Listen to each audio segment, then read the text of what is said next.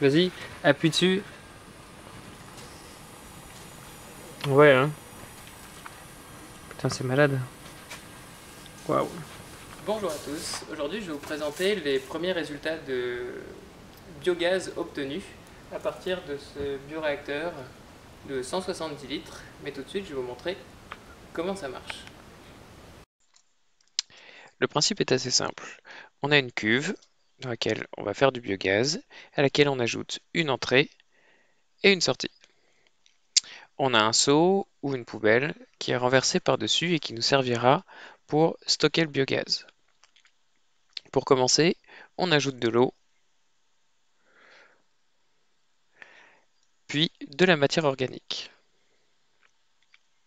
Par matière organique, j'entends du fumier, des herbes de tonte, des déchets de cuisine ou les huiles végétales, qu'on peut considérer aussi comme déchets de cuisine.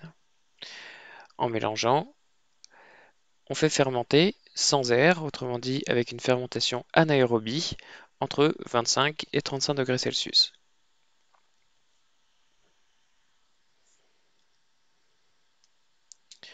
Après une dizaine de jours, on a remarqué que la poubelle était arrivée en haut de sa course.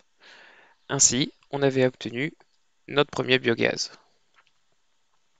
Le biogaz est essentiellement constitué de CH4, un gaz combustible, entre 50 et 70%, entre 30 et 50% de CO2 et un faible pourcentage de H2S. Bien que ce soit un faible pourcentage, le H2S est assez dangereux, il faut y faire attention.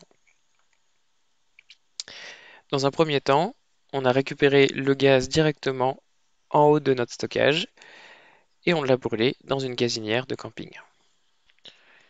Voilà le premier côté du bioréacteur avec ici l'entrée et en haut notre stockage de biogaz avec la sortie directement connectée à notre gazinière et de l'autre côté la sortie liquide qui, lorsqu'elle déborde, tombe dans un seau et nous fait de l'engrais liquide. En haut, toujours le stockage de notre biogaz.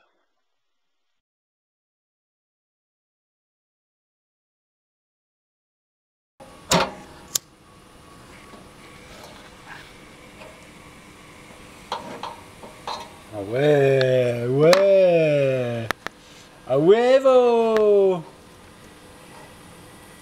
Waouh. Putain. Ah ouais, là ça... Ah ouais. Olé. Ah ouais, mec. Putain. C'est chaud. Ouais.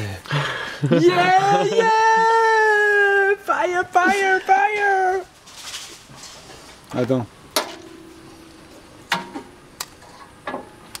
On a réussi. Putain, mais c'est de la bombe. Oui, oui.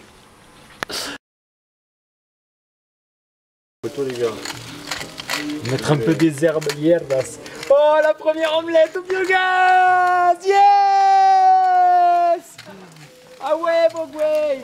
Et voilà, ce sont donc les résultats que nous avons obtenus. Si vous devez faire du biogaz, ce que vous devez savoir, c'est que ça marche beaucoup mieux si la température est supérieure à 30 degrés pour la fermentation et que la consommation, ou du moins la production pour le faire brûler, c'est à peu près 15 minutes toutes les 48 heures.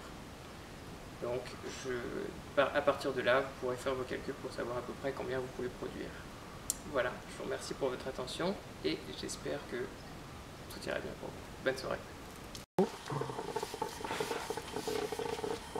Brûle, brûle, papille, brûle. De temps en temps, il faut que tu hurles, que la chaleur fasse sur les barreaux des cellules.